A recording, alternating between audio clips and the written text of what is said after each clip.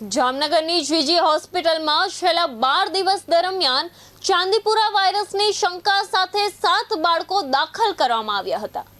જોકે તમામ બાળકોના ચાંદીપુરા વાયરસના રિપોર્ટ નેગેટિવ આવ્યા છે।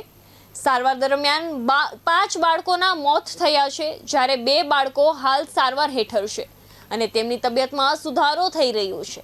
હાલ તમામ કેસની એક્યુટ એન્સેફાલાઇટિસ સિન્ડ્રોમ AES અંતર્ગત તપાસ ચાલી રહી છે।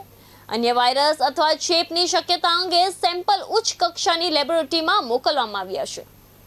7 દર્દીઓ દાખલ થયેલા છે, જેમાં શંકાસ્પદ ચાંદીપુરા વાયરસના લક્ષણો જોવા મળેલ હતા। એ 7 દર્દીઓના રિપોર્ટ નેગેટિવ આવી ગયેલા છે અને એમાંથી 5 દર્દીઓના મૃત્યુ થયેલા છે અને બીજા 2 બાળકો છે જે અત્યારે હાલ સારવાર હેઠળ છે અને તેમની તબિયત સુધારા પર છે। અને આ જે 7 દર્દીઓના જે શંકાસ્પદ લક્ષણો ધરાવતા દર્દીઓના રિપોર્ટ ચાંદીપુરા માટે નેગેટિવ આવ્યા હોવાથી અમે જે એક્યુટ એન્સેફેલાઇટિસ સિન્ડ્રોમ જે AESના આગળ બીજા કયા વાયરસના લીધે આ રોગ થાય છે તેના માટે અમે આગળ ઉપર એ રિપોર્ટ મોકલેલા છે, જેનો રિપોર્ટ અમને ટૂંક સમયમાં પ્રાપ્ત થઈ જશે।